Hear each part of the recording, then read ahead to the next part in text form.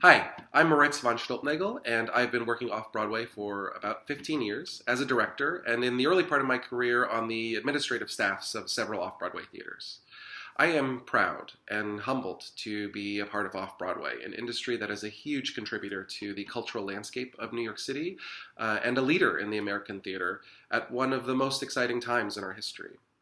You may have seen other videos like this, featuring members of Actors Equity Association advocating for a fair wage on stage, or you may have seen members of United Scenic Artists Local 829 posting #respect because they are without even a collectively bargained agreement, or you may have read the bleak statistics that playwrights face in the study Outrageous Fortune, The Life and Times of the New American Play.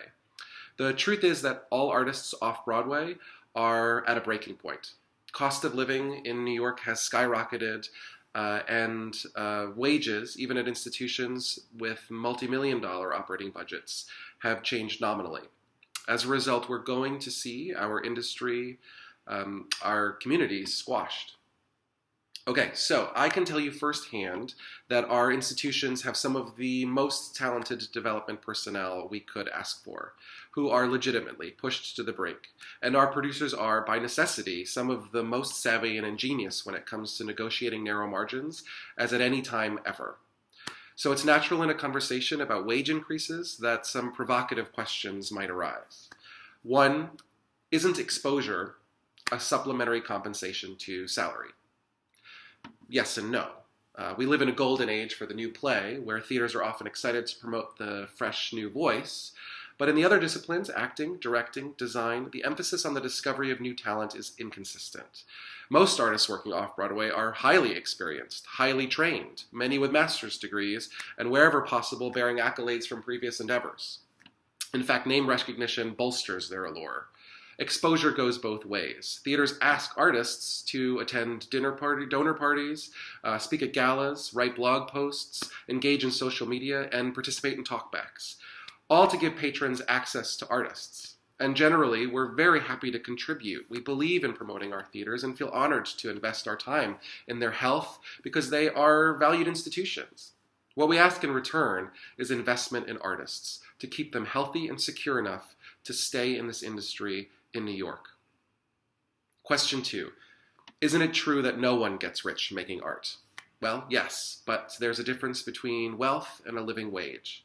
In the early 80s, an artist could live off an off-Broadway contract. But today, when wages and cost of living don't keep pace, when artists lose money by working off-Broadway, when employment in the theater is a pay cut from unemployment insurance, when children or retirement are financially implausible, we are actively disincentivizing artists. If we play this out, skip ahead a few years, and imagine New York without the artists that comprise off-Broadway, imagine what that would mean to the culture and economy of New York. If you're skeptical that that's where we're headed, you may be willing to take the gamble on status quo, but be prepared. Artists are choosing this moment not to take that risk. Get ahead of the trend. So what can we do?